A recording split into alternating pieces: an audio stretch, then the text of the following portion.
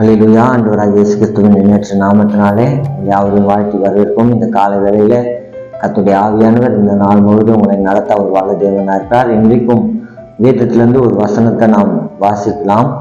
1 தெசலோனிக்கேயர் 5வது அதிகாரம் 21வது வசனம். எல்லாவற்றையும் சோதித்து பார்த்து நலமானதை பிடித்து கொள்ளுங்கள். இந்த வேத பகுதியில் நாம் வாசிக்கும் போது எல்லாவற்றையும் சோதித்து பார்த்து நலமானதை பிடித்து கொள்ளுங்கள், எது நல்லது எது நன்மையானது என்பதை நாம் சோதித்து பார்க்க வேண்டும் என்று பவுல் தெசலோனிக்க பட்டணத்துக்கு எழுதும்போது சொல்றாரு. இன்னைக்கு உலகத்துல நிறைய காரியங்கள் இருக்குது.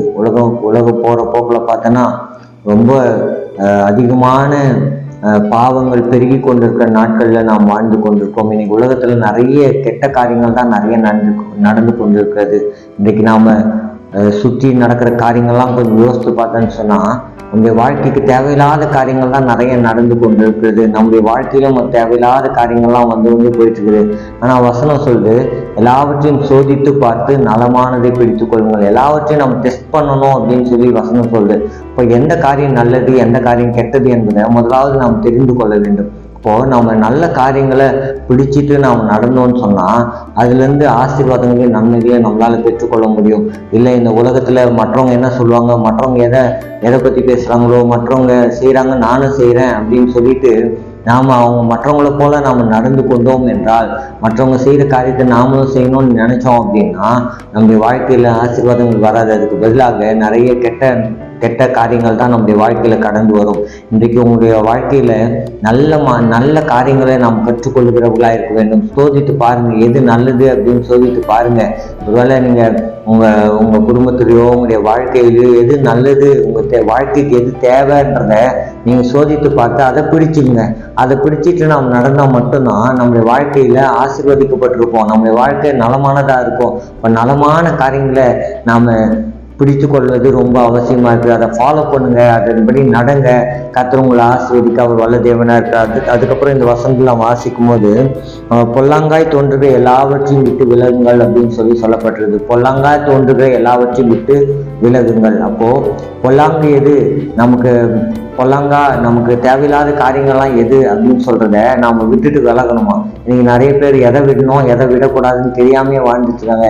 எதெல்லாம் விடணும் அப்படின்னும் போது அதெல்லாம் விட்டுடணும். விடக்கூடாது அப்படின்ற காரியத்தை நம்ம பிடிச்சிட்டு நான் விடமாட்டேன்னு சொல்லக்கூடாது. அப்போ விட்டு விடுகிற காரியத்தை நம்ம விட்டு விடுகிறவங்களா இருக்கணும். ஒரு சம்பவத்தை நான் உங்களுக்கு சொல்றேன். ஒரு அப்பாவும் மகனும் ஒரு ட்ரெயின் ட்ராக் மேல நடந்து போயிட்டே இருந்தாங்க.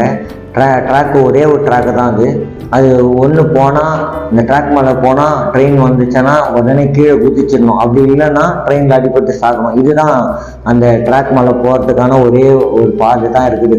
இந்த அப்பாவும் மகனும் நடந்து போயிட்டே இருந்தாங்க. ட்ரெயின் எதிர்பாராத விதமாக ட்ரெயின் வந்துருச்சு. வரும்போது அப்பா பார்த்தாரு, மகனை விட்டுட்டு அப்பா கீழே குதிச்சிட்ட பிறகு அப்பா ட்ரெயின் எப்படி இடிச்சிரும் செத்து போயிடும் அப்படின்றதுனால பையனை விட்டுட்டு அப்பா குதிச்சிட்டாரு. இப்போ பையன் ட்ரெயினுக்கு நேராக நடந்து போயிட்டுருக்கான். ட்ரெயின் எதுக்கா வந்துட்டே இருக்குது. அங்கே நிறைய ஜனங்கள் கூடியிருக்காங்க. நிறைய பேர் அங்கே போகிறவங்க வரவங்கலாம் பார்த்து, தம்பி கீழே குதிச்சிருப்பா, ட்ரெயின் வருதுப்பா அப்படின்னு சொல்லிட்டே இருந்தாங்க.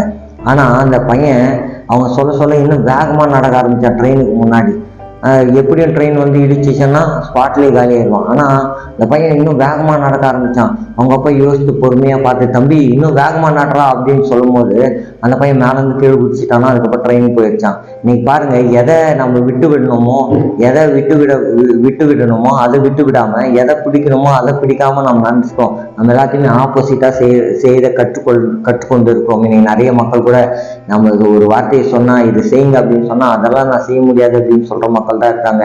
இந்த பையன் பாருங்க, நடந்து கீழே குதிச்சிடுறா அப்படின்னு சொல்லும் போது குதிக்கல. அதுக்கு பதிலாக நேரம் நடந்துட்டு நான் குதிக்காதரா அப்படின்னு சொல்லும் போது குதிச்சுட்டான். எங்களுக்கு பேரு எது பொல்லாப்பா தோன்றுதோ அதை தான் பிடிச்சிக்கிறாங்களே தவிர எது நன்மையான காரியமோ அதை பிடிச்சிக்க மறந்துடுறாங்க. இன்னைக்கு பொல்லாத காரியங்களை விட்டுட்டு விலகுங்க, நன்மையான காரியங்களை பிடிச்சிங்க. இயேசு கிறிஸ்து நம்முடைய வாழ்க்கையில நன்மைகளை செய்கிற ஆண்டவராக இருக்கிறார். அவருடைய ஊழிய நாட்கள், அவர் வாழ்ந்த நாட்கள் அநேக மக்களுக்கு அவர் நன்மை செய்கிறவராகவே சுற்றி இருந்தார் என்று வேதம் சொல்கிறது. மாத்திரம் இல்லாம அவர் யாரெல்லாம் என்ன காரியத்தெல்லாம் செய்யணுமோ அந்த காரியத்தெல்லாம் அவங்கவுங்களுக்கு செஞ்சு முடிச்சாரு. குருடனை பார்வையடைய செஞ்சாரு, முடவர்களை நடக்க செஞ்சாரு, திமிர்வாதக்காரனை சுகமாக்கினாரு, அதுக்கப்புறம் மரித்தவர்களை உயிரோடு எழுப்பி இருக்கிறார். யாரெல்லாம் என்ன தேவையோ அதெல்லாம் ஆண்டவர் செஞ்சு முடிச்சாரு. இன்னைக்கு உங்களுடைய தேவைகளை கூட ஆண்டவர் செய்ய வல்லவராக இருக்கிறதுனால நலமானதை பிடிச்சு கொள்ளுங்க, எல்லாவற்றையும் சோதித்து பார்த்து நலமானதை பிடித்து கொள்ளுங்கன்னு வசனம் சொன்னபடியே நலமானதை நீங்க பிடிச்சுங்க. கர்த்தருடைய வாழ்க்கையில் அற்புதங்களை செய்ய அவர் வல்ல தேவனா இருக்கிறார். ஆதாம் ஏவாளை குறித்து வேதத்துல சொல்லப்படுது. ஆதி மனிதர்களை குறித்து அவங்க என்ன பண்ணாங்கன்னா, ஆண்டவர் தோட்டத்தின் நடுவில் இருக்கிற கனியை மாத்திரம் புசிக்காதீங்க அப்படின்னு சொன்னாரு.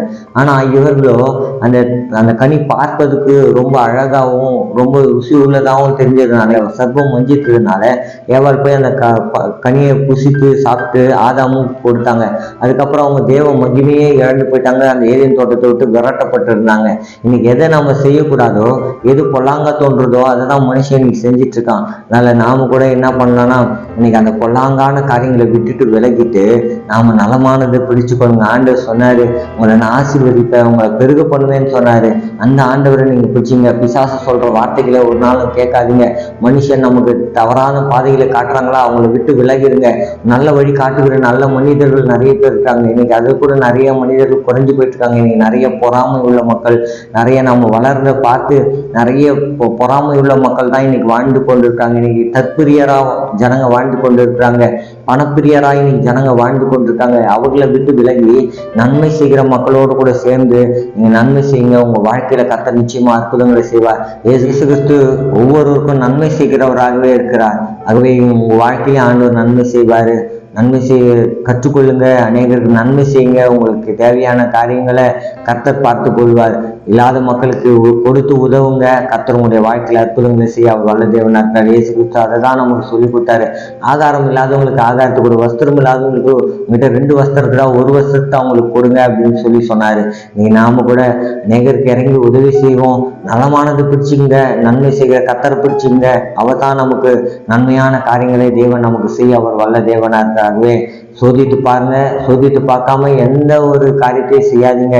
இன்னைக்கு ஒரு சின்ன ஒரு பொருள் வாங்கினா கூட 1008 முறை நம்ம என்ன பண்றோம்னா, இது நல்லா ஒர்க் பண்ணுமா, ஒர்க் பண்ணாதா, இல்லை ஒரு மொபைல் ஃபோன் வாங்கினா இது 5G சிம் போட்டால் ஒர்க் பண்ணுமா, இது வீடியோ எடுக்கிறதுக்கு நல்லா இருக்குமா, ரீல்ஸ் போடுறதுக்கு நல்லா இருக்குமா, இல்லை இந்த ஃபோன் நல்லா ஹேண்டில் பண்றதுக்கு நல்லா இருக்குமா, பேட்டரி நல்லா இருக்குமா, கேமரா நல்லா இருக்குமா அப்படின்னு சொல்லி ஒவ்வொரு காரியத்தையும் ஒரு சாதாரணமான ஒரு ஃபோன் வாங்குறதுக்கே நம்ம இவ்வளோ சோதித்து பார்க்கறோம்னா, நம்முடைய வாழ்க்கைக்கு தேவையான ஒவ்வொரு காரியத்தையும் நம்ம எவ்வளோ சோதித்து பார்க்க வேண்டியது ரொம்ப அவசியமா இருக்குது. அதனால நீங்க சோதித்து பாருங்க. சோதித்து பார்த்து நலமானது பிடிச்சிக்கோங்க. விட்டு விலக வேண்டிய காரியத்தை, பொல்லாங்கா தோன்ற காரியங்களை விட்டுட்டு விலகுங்க. கர்த்தர் உங்களை ஆசீர்வதிக்க அவர் வல்லமுள்ள தேவனா இருக்கார். ஆண்டவர் ஒருபோதும் உங்களை கைவிட மாட்டார். ஆண்டவரை நம்புங்க.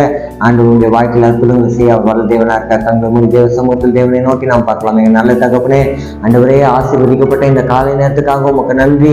ஆண்டவரே, இந்த காலை வேளையில உங்களுடைய நாமத்தை மகிமைப்பட்ட கர்த்தர் கிருபை தந்ததுக்காக கோடான கோடி நன்றி செலுத்துகிற ராஜா. இந்த காலை வேளையில உங்களுடைய பிள்ளைகளை கர்த்தர் ஆசீர்வதிப்பீராக.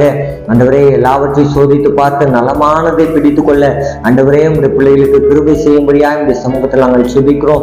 ஆண்டவரே அப்பா, நாங்கள் ஆண்டவரே பொல்லாங்கா தோன்றுகிற காரியங்களை விட்டு விலகி ஆண்டவரே நலமானதை நாங்கள் பிடித்துக் கொள்வதற்கு எங்களுக்கு கிருபை செய்யும்படியா செபிக்க. எது நல்லது எது கெட்டதுன்னு சொல்லி ஆண்டவரே எங்களுக்கு பசுத்த ஆவியானவர் உணர்த்தும்படியா இந்த சமூகத்தில் நாங்கள் செபிக்கிறோம். இந்த உலகத்துல வாழ்ந்து கொண்டிருக்கிற நாங்கள் உலகத்தோடு ஒத்த விஷயம் தெரிவிக்காதபடிக்கு தேவனுடைய பிள்ளைகளாய் இருந்து தேவனுடைய ராஜ்யத்தை சுதந்தித்துக் கொள்ள கர்த்தர் கிருபை செய்யும்படியாய் இந்த சமூகத்தில் நாங்கள் செபிக்கிறோம். உலகம் போற போக்குல நாங்கள் ஓடாதபடிக்கு தேவ ராஜ்யத்துக்கென்றே ஆண்டவரே நாங்கள் அழைக்கப்பட்டிருக்கிறோம். அதுக்காகவே ஓட கர்த்தர் கிருபை செய்யும்படியாய் இந்த சமூகத்தில் நாங்கள் செபிக்கிறோம். வியாதியோடு பலவீனத்தோடு இருக்கிற பிள்ளைகளுக்காக செபிக்கிறோம். அவங்களே கர்த்தர் சுகப்படுத்தி பலப்படுத்தி ஆரோக்கியம் உள்ளவர்களாக கர்த்தர் நிறுத்துங்கப்பா.